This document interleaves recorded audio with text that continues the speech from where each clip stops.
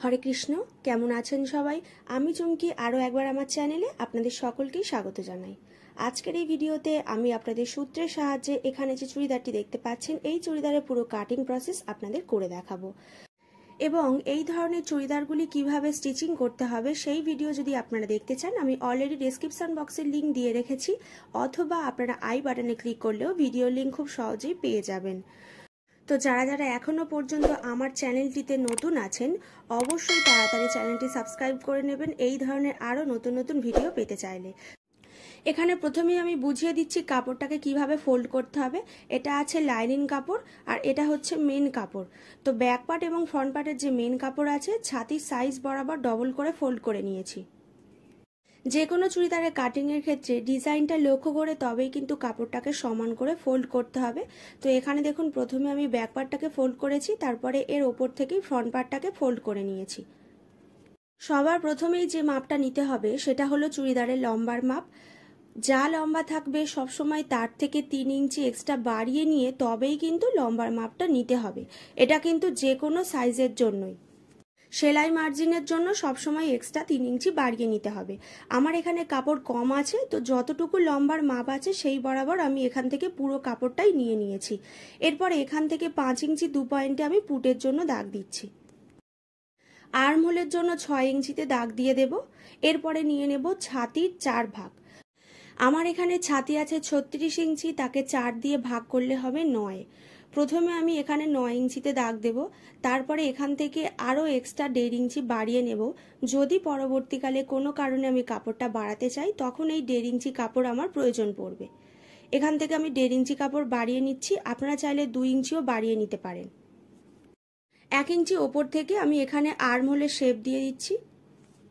এরপরে শোল্ডার থেকে ঠিক 15 ইঞ্চি নিচে শেষথর জন্য দাগ দিয়ে দিচ্ছি। আপনারা যদি কাস্টমারের থেকে শেষথর মাপ না নেন তবুও কিন্তু এই 15 ইঞ্চিতে দাগ দিলে শেষথর মাপটা কিন্তু পারফেক্ট আসবে।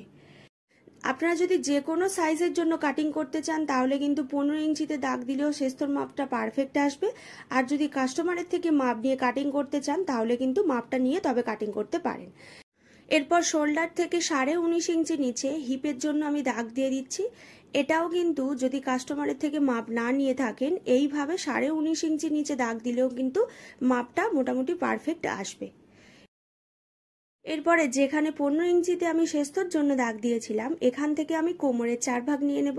আমার এখানে কোমর আছে 34 ইঞ্চি, তার 4 ভাগের 1 ভাগ হচ্ছে 8.5 ইঞ্চি। 8.5 ইঞ্চির পরে আরও 1.5 ইঞ্চি আমি এক্সট্রা বাড়িয়ে নিয়ে দাগ দেব। এরপরে যেখানে হিপের মাপ নিয়েছিলাম এখান থেকে আমি 5/4 ভাগ নিয়ে নেব। 5 আছে 40 ইঞ্চি, তার 4 ভাগের 1 ভাগ হচ্ছে 10। 1.5 ইঞ্চি আরও এক্সট্রা বাড়িয়ে নিয়ে দাগ দিলাম।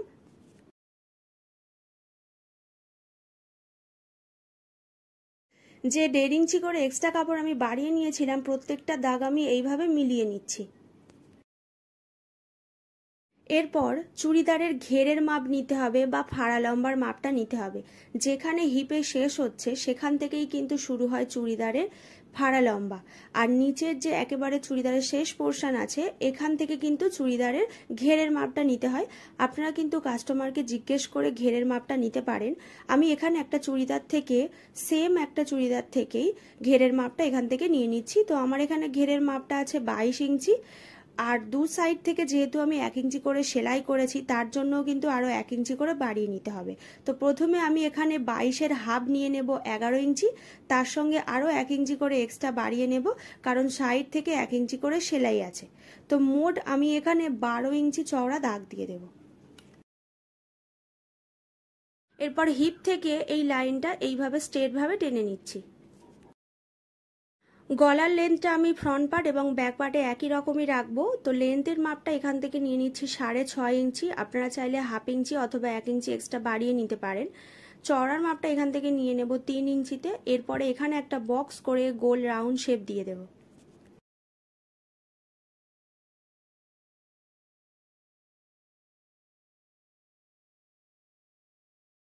Back part front part cutting করে নেওয়ার পরে হিপের কাছে আমি এখানে কাট দিয়ে রাখছি যাতে সেলাইয়ের সময় আমাদের কোনো রকম না প্রবলেম হয়।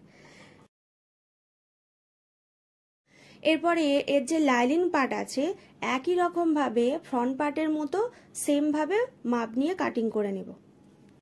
আপনারা যদি এই ধরনের আরও নতুন নতুন ডিজাইনার চুড়িদারের ভিডিও দেখতে চান, আমি ডিসক্রিপশন বক্সে লিঙ্ক দিয়ে রেখেছি, সেখান থেকে গেলে আপনারা খুব সহজেই ভিডিওগুলির লিঙ্ক পেয়ে যাবেন। তো এখানে দেখুন ভেতরে যে লাইলিন কাপড়টা আছে সেটা কিন্তু মেন কাপড় থেকে নিচের দিকে কিছুটা আমি ছোট করে কাটিং করব, কারণ লাইলিন কাপড়টা মেন কাপড়ের থেকে কিছুটা ছোটই হয়।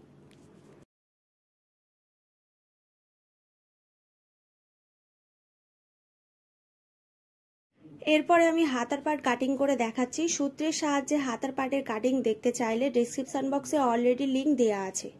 প্রথমে আমি একবার কাপড়টাকে ডবল করে ফোল্ড করব, এরপরে আরও একবার মিডিল থেকে কাপড়টাকে সমানভাবে ফোল্ড করে নিতে হবে। এরপরে হাতার লম্বার মাপটা নিয়ে নিতে হবে। যা লম্বার মাপ থাকবে সব সময় তার থেকে 1 ইঞ্চি এক্সট্রা বাড়িয়ে নিয়ে লম্বার মাপটা নিতে হবে, কারণ সেলাইয়ের জন্য আমাদের 1 ইঞ্চি কাপড় এক্সট্রা লাগবে।